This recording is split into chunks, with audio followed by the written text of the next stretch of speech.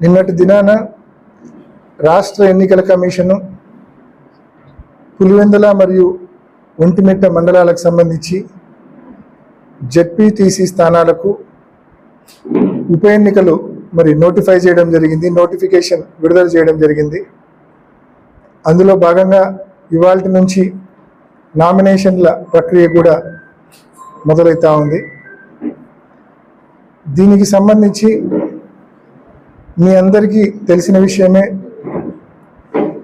పులివెందుల జెడ్పీటీసీగా ఆర్తుమ్మలపల్లికి చెందిన మహేశ్వర్ రెడ్డి జెడ్పీటీసీ అయిన 2 సంవత్సరాలకే ఊర్లో ఒక దైవ కార్యక్రమంలో గంగమ్మ తిరునాళ్ళలో సిరిబండి ఊరేగింపులో భాగంగా జరిగిన ప్రమాదంలో ఆయన మృతి చెందడము, ఇంకా ఎంతో ఆయుష్, ఎంతో మంచి భవిష్యత్తు ఉన్న మహేశ్వర్ రెడ్డి అకాల మరణం చెందడము ఆ ప్రమాదంలో.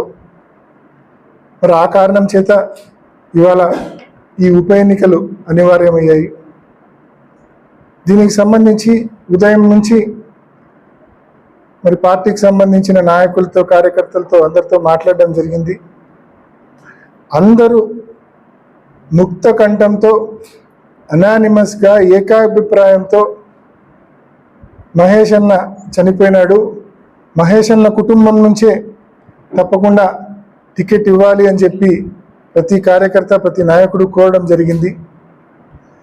ఆ దిశగానే పార్టీ నిర్ణయం తీసుకుంది. మహేష్ అన్న కుటుంబంలో నుంచే మహేష్ అన్న సతీమణి కానీ, మహేష్ అన్న కొడుకు కానీ వారిద్దరిలో ఒకరితో నామినేషన్ వేయించి ఎన్నికల్లో ముందుకెళ్లే కార్యక్రమం చేస్తాం. ప్రతి ఒక్కరు కూడా దీన్ని మానవీయ కోణంలో ఆలోచించమని చెప్పి మనవి చేస్తా ఉన్నా. ఇతర పార్టీలు కూడా పార్టీలకు అతీతంగా మహేష్ అన్న కుటుంబం నుంచి ఎవరినైతే నిలబెడతా ఉన్నామో వారి గెలుపునకు పార్టీలకు అతీతంగా ప్రతి ఒక్కరు కూడా సహకరించవలసిందిగా ప్రతి పార్టీని, ప్రతి ఒక్కరిని, ప్రతి పార్టీకి సంబంధించిన కార్యకర్తలను కూడా నేను మనస్ఫూర్తిగా మనవి చేస్తా ఉన్నా, కోరుతా ఉన్నా.